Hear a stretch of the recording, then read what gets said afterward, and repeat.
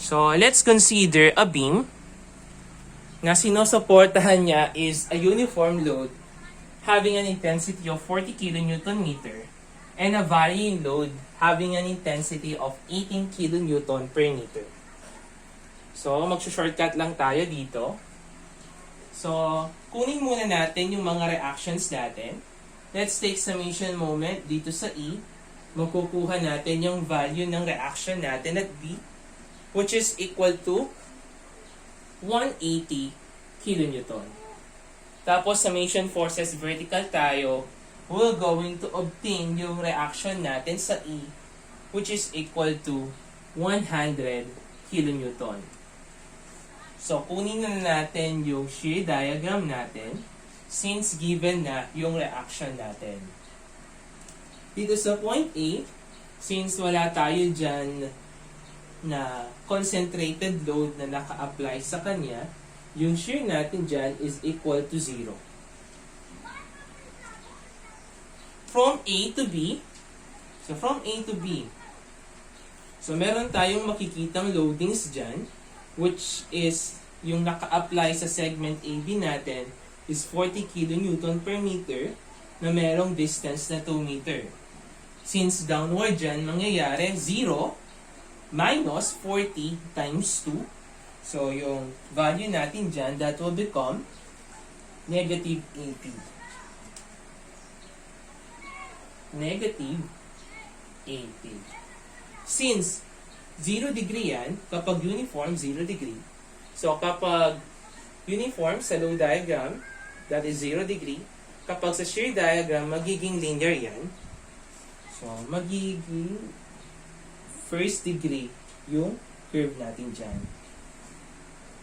So, from this point, sa point B natin, we have negative 80 kN. So, dito sa point B na yan, meron tayong makikita na upward reaction na 180. So, negative 80 plus 180, so we will have a value of positive 100. So, magkakaroon tayo dyan ng positive 100. So, eto na yan, yung magiging diagram natin. Ayan. So, from point B to C, yung segment BC natin, meron tayong naka-apply dyan na 40 kN per meter na merong distance na 2 meter. Since downward dyan, magiging negative, so mangyayari para makuha natin yung ordinate, we will have positive 100 minus, since downward, minus 40 times 2. So meron tayong value which is equal to 100 minus 40 times 2. So, yung magiging value natin dyan is equal to, so 1 degree linear, kasi nga uniform. So, meron tayong positive 20.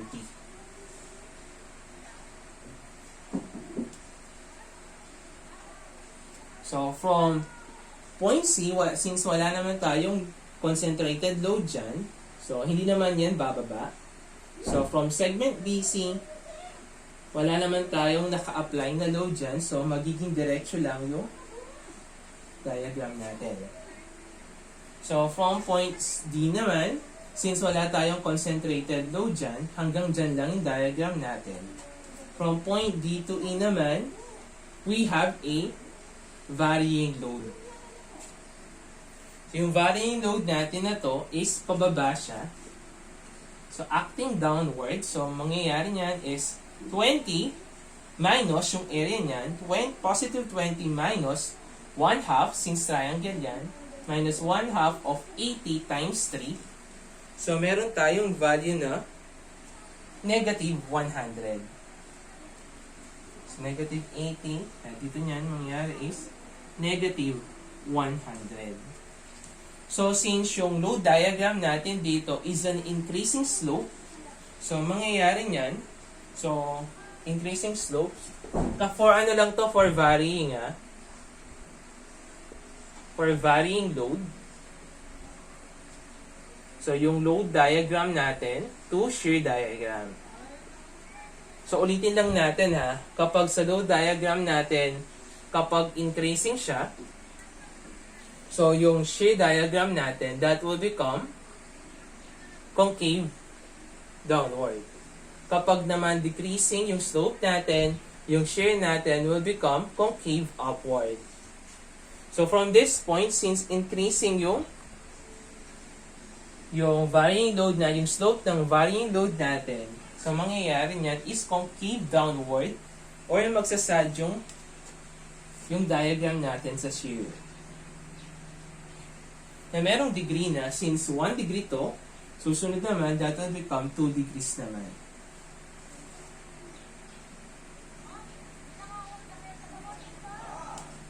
So, from point E naman, so we have negative 100. So, tingin tayo sa point E. Meron tayong reaction dyan na positive 100. So, we will have negative 100 plus 100. So, we will have 0. So, magko-close yung diagram natin dito.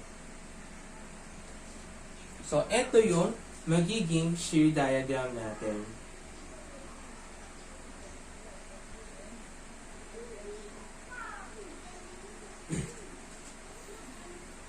So, next naman. This one become our V diagram. So, kunin naman natin yung shear diagram natin. Yung moment diagram natin. With reference dun sa shear diagram.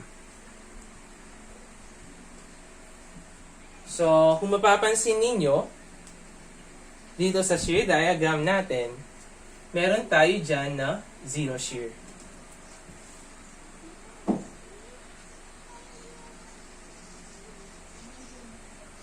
Always include yung zero shear natin dito sa moment diagram natin. So, i-reflect natin yan pababa.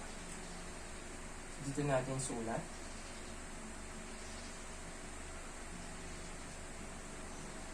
I-reflect natin yan pababa.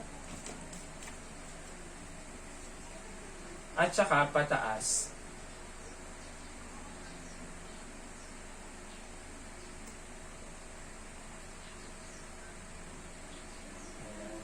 So, sasama natin siya dito sa moment diagram natin.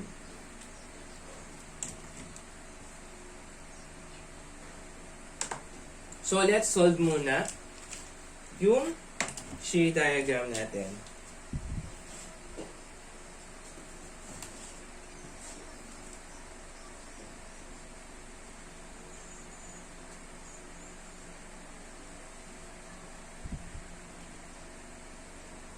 So, let's take a look sa point A muna natin.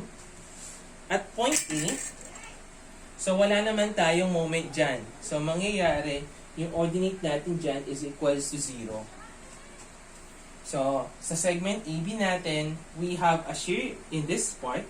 So, yung area niya magiging 1/2 of 80 times 2. So, yung value natin dyan will now become negative 80. Since negative yung area natin dyan. So, from linear, magiging curved yan, having a degree of 2 degrees. So, meron tayong value dyan na which is equal to negative 80. So, from point B naman, wala naman tayong moment dyan. So, mangyayari is ganyan lang yung loadings natin. So, sa segment BC naman natin, segment BC, meron tayong makikita dyan na loading, which is etong trapezoidal naman. So, mangyayari yan since positive yan. So, yung gagawin natin dyan is negative 80 plus yung area natin sa trapezoid. So, mangyayari negative 80 plus 100 plus 20 all over 2 multiplied by 2. So, yung ordinate natin dyan will now equal to positive 40.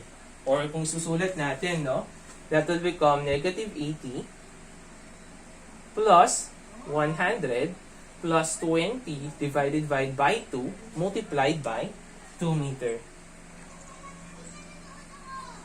So, meron tayong value dyan na positive 40.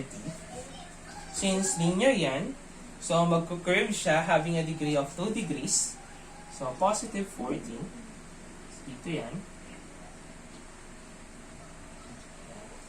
So, this will become 2 degrees na mayroong ordinate na positive 14.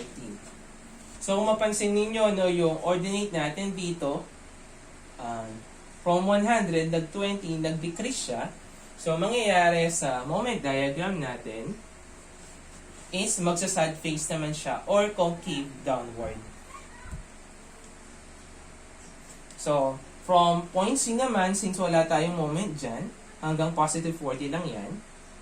Then naman, from segment BC, meron tayong rectangular dyan. So, positive 40. Since positive yan, mangyayari positive 40 plus yung area natin na 20 times 1. So, we will have positive 60.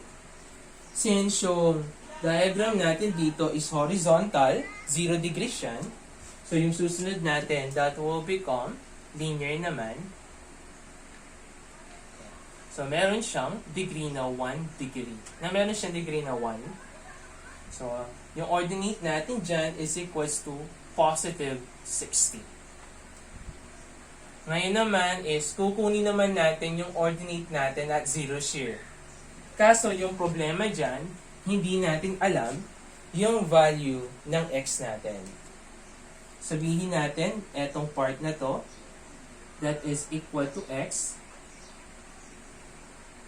And siyempre, for the remaining part, that is equal to 3 minus x.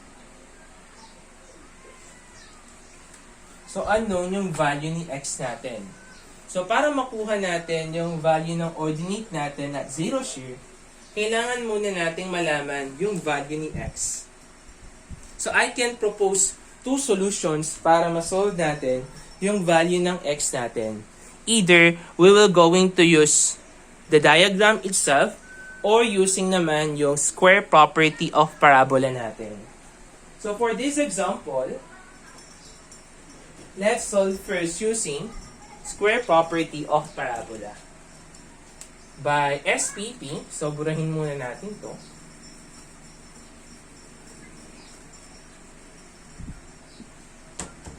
By SPP, property of parabola. So, mangyayari niyan is, since meron tayong dalawang parabola dyan, yung small parabola natin, eto yan, na merong ordinate na positive 20, at saka yung big parabola.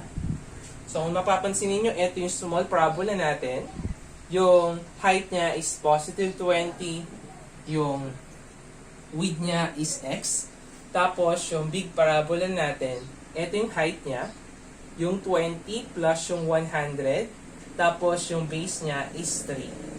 So, by square property of parabola, so yung gagawin natin dyan is, kapag dalawang parabolas to so yung base natin, i-squared natin, all over yung height niya.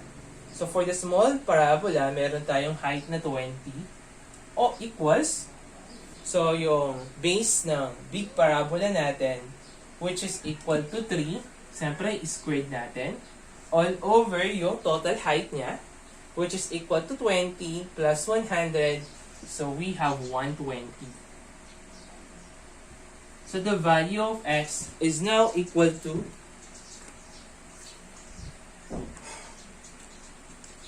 1.225 meter. Next naman, or to solve naman, no, gagawin natin, let's say, so yung point natin dito, sabihin natin that is our point F.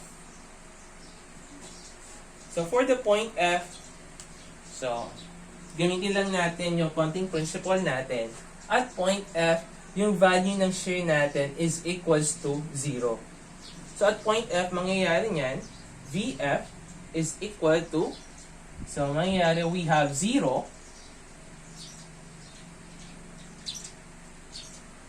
VF is equals to, yung shear natin dito is positive 20. Diba? At point D, meron tayong shear na positive 20. Minus itong varying load natin.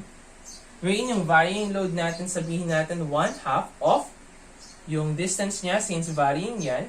So, kunin natin yung area. 1/2 of x multiplied by etong height niya. Sabihin natin that yung height na yan is equal to y. So, yung value ng y natin dyan, multiplied by y. So, kunin muna natin yung y natin in terms of x. So, by similar triangles, so we have y over x. So, ito yung maliit na triangle all over yung equal siya sa malaking triangle na 80 all over 3. So, the value of y in terms of x, we will have 80 over 3x. So, substitute natin sa value dito sa shear natin at f. So, positive 20 minus 1/2 of x multiplied by the value of y, which is equal to 80 over 3x. So, yung value ng VF natin, that is equal to 0. Kasi nga, 0 shear. Yung shear natin sa F is equal to 0 by shift. So, makukuha natin yung value ng x natin, which is equal to 1.225 meter. So, either of the two will do, pero by square property na lang tayo para ma-shortcut. So, since nakuha na natin yung value ni x, so that will become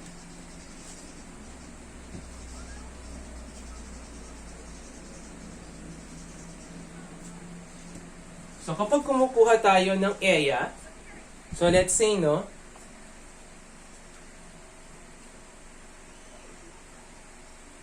kapag kukuha tayo ng area dito, kapag spandrel, so let's consider a spandrel here. Ayan. So, meron tayong spandrel dyan. Sabihin natin n, ito yung degree ng curve natin. Kapag kumukuha tayo ng area ng spandrel natin, so we will have 1 over n plus 1 BH. So, ito yung base natin, ito yung height niya. So, kapag kukunin natin yan, kung mapapansin ninyo in this part, so, meron tayong parabola dyan. So, ayan. So, in this part, etong shaded portion natin, this is spandrel. So, yung ano natin dyan, we have a degree of 2. So, 1 over n plus 2. So, 1 over 2 plus 2, meron tayo 1/3. So, 1/3 ng area natin, etong spandrel. Ngayon, yung natitira natin, which is shaded by black naman.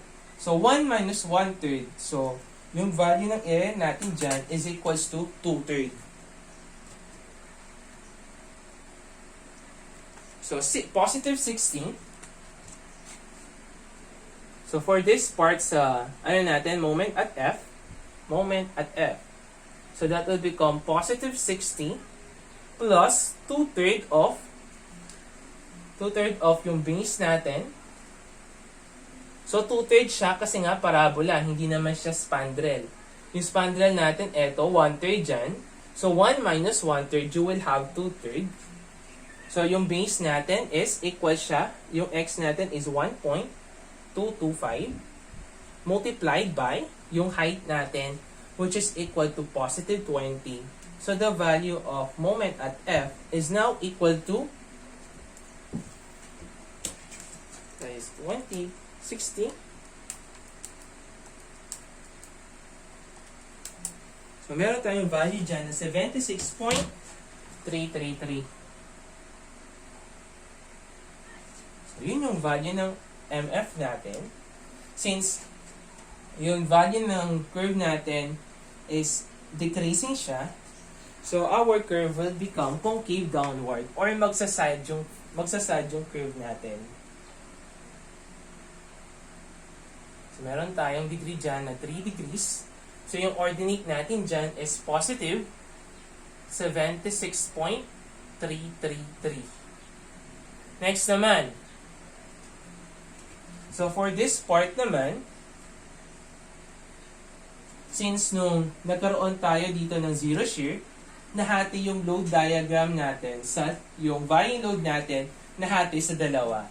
etong maliit na triangle at saka yung trapezoidal. So for the trapezoidal, lagi tayong merong special case dyan.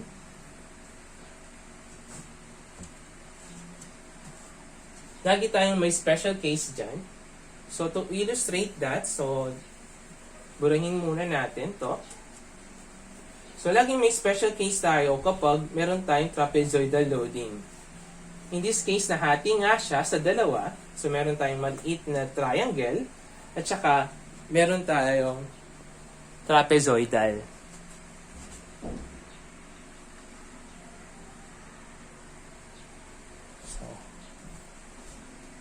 So yung value ng y natin dyan, so yung x natin dito is equals to 1.225. So yung value natin dito na 3 minus x, that is equal to 1.775.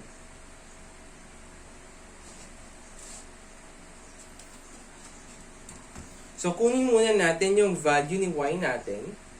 So by recalling, yung nakuha natin, y is equals to 80 over 3x. 80 over 3. So yung value ng x natin is 1.225. So the value of your y is now equal to 32.667 kilonewton per meter. So for this part,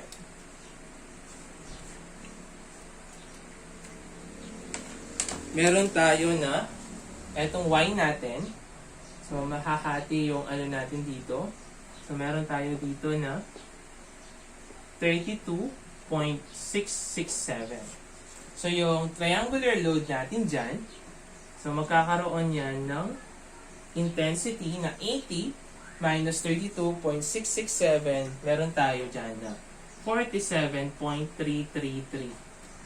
So since meron tayong trapezoidal loading dyan, so mangyayari sa diagram natin is magkakaroon tayo ng dalawa. So madi-divide dyan sa dalawang part. So una,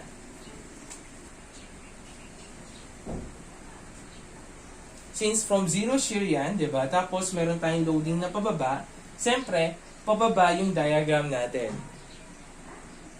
So unahin muna natin yung uniform load natin. So yung uniform load natin, kapag sa shear diagram, that will become linear, na merong degree na first degree. So yung value natin dyan is equal to 32.667 multiplied by 1 point, etong distance niya, 32.667 multiplied by 1.775. So we will have 57.984. So susunod naman, yun namang varying load natin. Since yung varying load natin is increasing siya, so magsasad phase yung shear diagram natin having a degree of 2 degrees. So mangyayari niyan is 1/2 of 47.333 multiplied by 1.775. So we will have 42.008.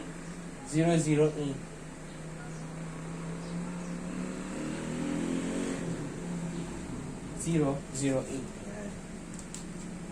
So, para kailangan kasi yung moment diagram natin is mag-zero siya. So, para makuha natin yung moment ordinate natin sa E, so that will become yung positive 76.333. So, etong shear diagram natin, gamitin natin etong dalawang to. So, unahin muna natin yung etong first degree natin minus 1 over n plus 1 or 1/2 multiplied by yung height natin na 57.984 multiplied by yung base niya which is equal to 1.775 minus etong spandrel natin na 1 over n plus 1. Yung height niya is 42.008 multiplied by the base na 1.775. So, kung anuhin natin yan, mangyayari niyan is 76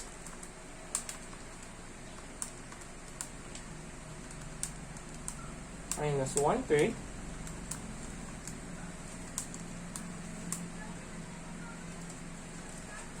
So, yung moment natin dyan, yung ME natin dyan is approximately equal siya sa 0. So, since yung ordinate natin dito from 0 nag-negative, so yung diagram natin dyan is mag-sa-side face. Having a degree of 3 degrees.